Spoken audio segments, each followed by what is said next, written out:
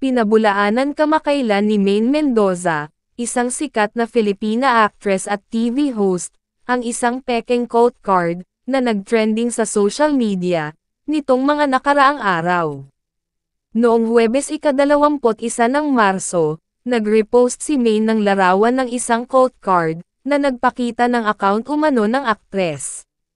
In the alleged quote card, it read, "Girls, tandaan nyo na it's not about finding the right man.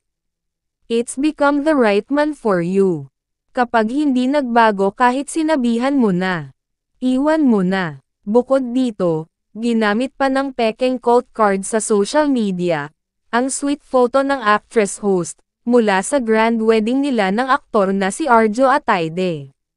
Sa kalaunan, ni-repost ito ni Maine sa kanyang official account, at pinabulaanan ang post, na humihiling sa kanyang mga tagahanga at tagasunod, na huwag madaling maniwala sa mga bagay na iyon.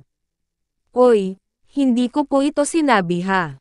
Huwag agad maniwala sa mga nababasa online," isinulat ng sikat na actress host sa caption ng kanyang orihinal na post.